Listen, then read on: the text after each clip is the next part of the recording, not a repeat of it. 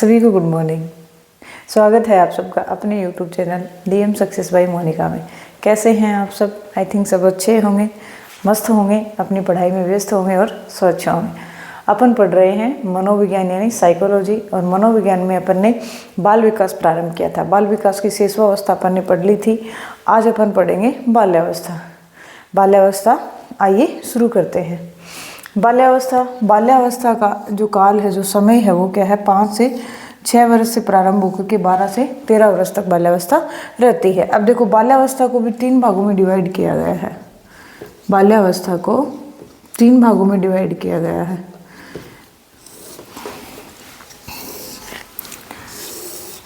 प्रारंभिक बाल्यावस्था, मध्य बाल्यावस्था और उत्तर बाल्यावस्था। तो अपन पहले पढ़ेंगे प्रारंभिक बाल्यावस्था, फिर आएगी मध्य बाल्यावस्था, और उसके बाद आती है उत्तर बाल्यावस्था। उत्तर बाल्यावस्था यानी बाल्यावस्था को 3 भागों में डिवाइड किया गया है। प्रारंभिक बाल्यावस्था, मध्य बाल्यावस्था और उत्तर बाल्यावस्था। प्रारंभिक बाल्यावस्था जो होती है वो 5 से 6 साल यानी प्रारंभ का जो समय होता है लेकर के 7 वर्ष तक की होती है। मध्य बाल्यावस्था जो होती है वो 7 वर्ष से लेकर के 10 वर्ष तक की होती है। और उत्तर बाल्यावस्था जो होती है वो 10 से 12 या 13 वर्ष की आयु बच्चे की होती है। तो ये तो है बाल्यावस्था का वर्गीकरण, यानी बाल्यावस्था को कितने भागों में बांटा है? तो बाल्यावस्था को 3 भागों में बांटा जाता है, प्रारंभिक, मध्य और उत्तर बाल्यावस्था। और ये बाल्यावस्था की एज है, यानी 5 से 6 वर्ष से प्रारंभ होकर के 7 साल, फिर 7 से 10 साल और 10 से 12 या 13 वर्ष का जो समय होता है वो। अब बाल्यावस्था की विशेषताएं क्या हैं, या बाल्यावस्था को क्या क्या बोला जाता है अपन देखेंगे। देखो, बाल्यावस्था को जीवन का अनोखा काल बोला जाता है। कोल एंड ब्रुश के अनुसार प्रतिद्वंदात्मक सामाजिकरण की अवस्था है, ये किलपैट्रिक ने कहा है। जीवन का निर्माणकारी काल है, ये सिगमंड फ्राइड ने कहा है। यथार्थवादी दृष्टिकोण होता है, नेता बनने की इच्छा रखता है। छद्म या मिथ्या परिपक्वता का काल होता है, ये रोस ने कहा है।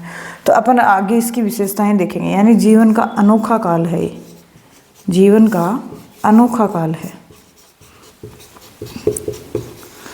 जीवन का अनोखा काल है, ठीक है। जीवन का अनोखा काल कहा है, किसने कहा है वो भी लिख लेते हैं अपन। तो कोल एंड ब्रुश ने कहा है। ये मनोवैज्ञानिक हैं जिनका नाम है कोल एंड ब्रुश। इन्होंने क्या कहा है? बाल्यावस्था को जीवन का अनोखा काल कहा है।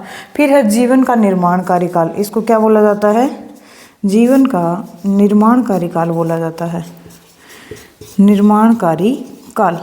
और जीवन का निर्माणकारी काल किसने बोला है? तो ये बोला है फ्राइड साहब ने, जिनको बोला जाता है सिगमंड फ्राइड। क्या बोला जाता है? सिगमंड फ्राइड ने क्या कहा है? जीवन का निर्माणकारी काल कहा है। इसके बाद छद्म या मिथ्या यानी झूठ, छद्म या मिथ्या परिपक्वता की अवस्था कहा जाता है। ये किसने कहा है? ये कहा है रोस ने। छद्म या मिथ्या परिपक्वता का काल या अवस्था किसने कहा है? तो ये कहा है रोस ने कहा है। एक बार आप इसका स्क्रीनशॉट ले लो, उसके बाद अपन आगे पढ़ेंगे। बाल्यावस्था को खेल की आयु बोला जाता है। खेल की आयु बोला जाता है बाल्यावस्था को। इसके अलावा इसको चुस्ती या सुस्ती की जो अवस्था बोला जाता है।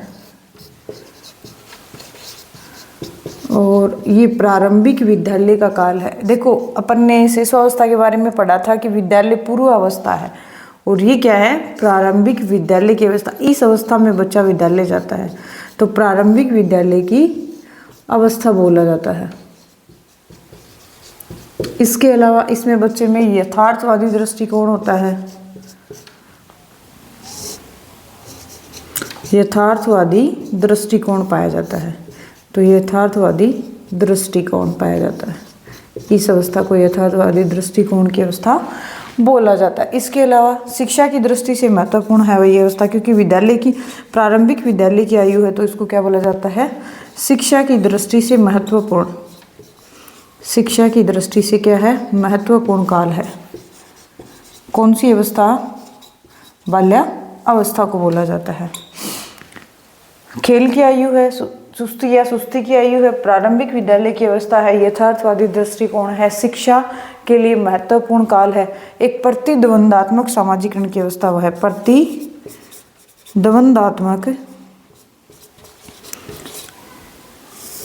सामाजिकरण की अवस्था है। तो प्रतिद्वंदात्मक सामाजिकरण की अवस्था या काल किसने कहा है, तो ये है किलपैट्रिक महोदय। किलपैट्रिक महोदय क्या कहते हैं कि इस प्रतिद्वंदात्मक सामाजिकरण का क्या है, ये काल माना जाता है। समलिंगी ने, इसमें समलैंगिक मित्रता पाई जाती है, तो क्या लिखेंगे, समलैंगिक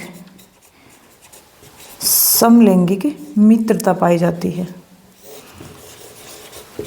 और विषमलिंगी मित्रता कहाँ पाई जाती है, तो किशोरावस्था में पाई जाती है। इसमें बच्चे में नेता बनने की इच्छा होती है, नेता बनने की इच्छा या नेता बनने की जो अवस्था है वो कौन सी है, बाल्यावस्था है।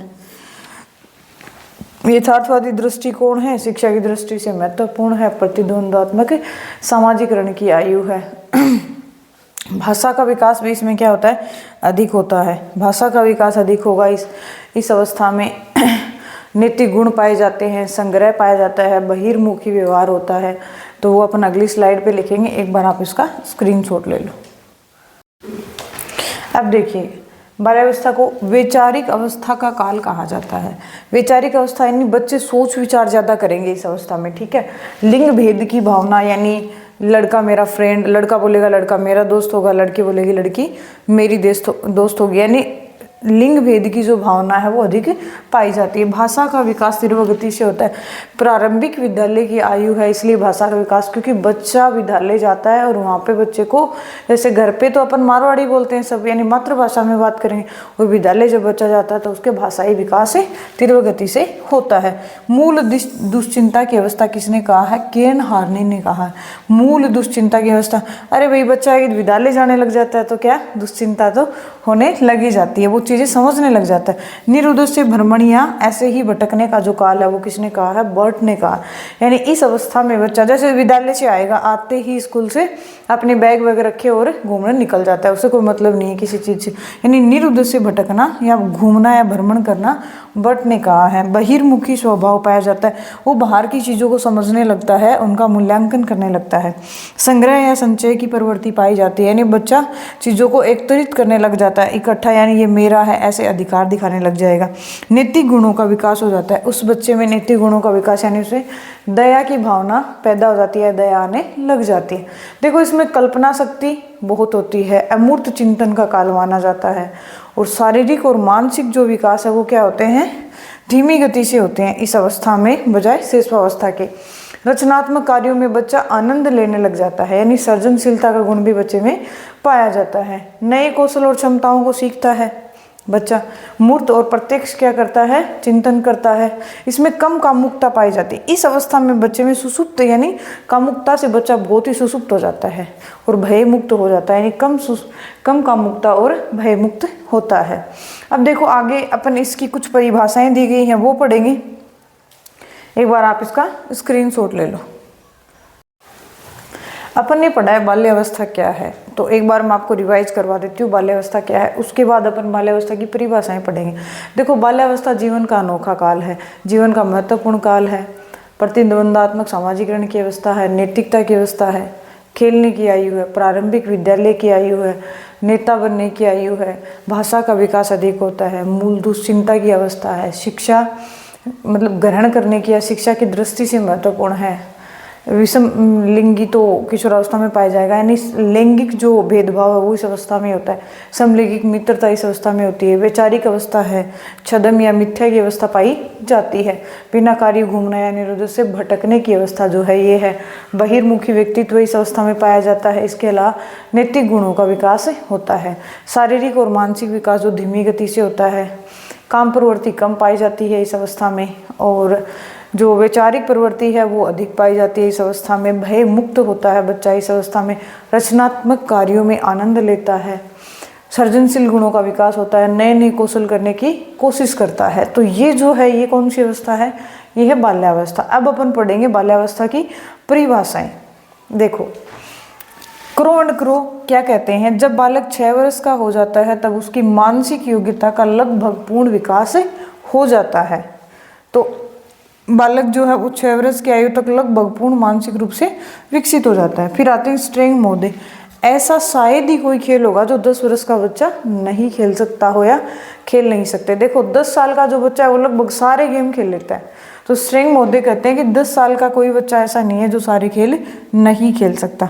फिर आते हैं फ्रोबेल। बालक स्वयं विकास उन्मुख होने वाला एक पौधा है। ये अपन ने बहुत पहले भी बहुत अच्छे से पढ़ा है और फिर से यही डेफिनेशन आ गई कि बालक स्वयं विकास के उन्मुख होने वाला एक पौधा, यानी बच्चा जो है वो स्वयं पौधे की तरह उसका विकास होता है, वो स्वयं गति करता है। रूसो कहते हैं बाल्यावस्था में ज्ञानेंद्रियों की शिक्षा ही सबसे उत्तम है, यानी बच्चा जो स्वयं जो ग्रहण करता है चीज़ों को अपनी ज्ञानेंद्रियों से, वो सबसे ज़्यादा महत्वपूर्ण है। तो ये है बाल्यावस्था की परिभाषाएं। एक बार आप इसका स्क्रीनशॉट ले लो। इसके बाद अपन बाल्यावस्था का शारीरिक विकास पढ़ेंगे। कल अपन ने शिशुअवस्था का शारीरिक विकास पढ़ा था, उससे आगे बच्चे का विकास बाल्यावस्था में किस तरीके से होता है अपन वो देखेंगे। बाल्यावस्था का शारीरिक विकास। अभी अपन ने देखा बाल्यावस्था को क्या क्या बोला जाता है। अब अपन पढ़ेंगे बाल्यावस्था का शारीरिक विकास, यानी बाल्यावस्था में जो लंबाई जो है वो बालक की 138.3 सेंटीमीटर हो जाती है और बालिका की 139.2, यानी लड़की की जो लंबाई है वो अधिक होती है। फिर आता है वजन। तो बालक का तो 43 से 36 किलो वजन होता है और बालिका का बालक से अधिक वजन हो जाता है। फिर मस्तिष्क जो है वो 5 से 6 वर्ष की आयु में 90% मस्तिष्क का विकास हो जाता है और 10 वर्ष की आयु में लगभग 95%, यानी लगभग वेट जो है उसका 1260 ग्राम के लगभग हो जाता है। फिर हड्डियां हैं, हड्डियां 350 हो जाती हैं और शिशुअवस्था में कितनी थी? 270 थी। बाल्यावस्था में कितनी हो जाएंगी? 350 हो जाएंगी और किशोरावस्था में 207 हड्डियां हो जाती हैं। फिर देखो हृदय की धड़कन है वो 100 प्रति मिनट हो जाती है और शिशुअवस्था में कितनी थी? 140 थी। दांत जो है 8 से 10 या 12 वर्ष की आयु में 25 दांत बच्चे में आ जाते हैं और ये दांत कैसे होते हैं? स्थायी दांत होते हैं। फिर 12 से 13 यानी उत्तर बाल्यावस्था में जो है बच्चे में 27 से 28 दांत आ जाते हैं और ये भी स्थायी होते हैं। मांसपेशियों का लगभग 33% विकास हो जाता है और सर्वाधिक विकास जो है वो 10 से 12 वर्ष की आयु में उत्तर बाल्यावस्था में होता है। तो ये है कि बाल्यावस्था का शारीरिक विकास। आज अपन ने क्या पढ़ा है? बाल्यावस्था क्या है, बाल्यावस्था को क्या क्या बोला जाता है, बाल्यावस्था की परिभाषाएं किस किस ने दी है, बाल्यावस्था का शारीरिक विकास किस प्रकार होता है। तो अपन पढ़ रहे हैं मनोविज्ञान और मैं आपको बहुत ही आसान शब्दों में मनोविज्ञान समझाने की कोशिश कर रही हूँ। आपको समझ में आ रहा होगा। आप अपनी पढ़ाई में व्यस्त रहें, मस्त रहें, स्वस्थ रहें। आप भी जुड़ें, अपने साथियों को भी जोड़ें। अपने channel DM success by Monika को सब्सक्राइब करें, हमारा हौसला बढ़ाएं, हमसे जुड़े रहें। Thank you.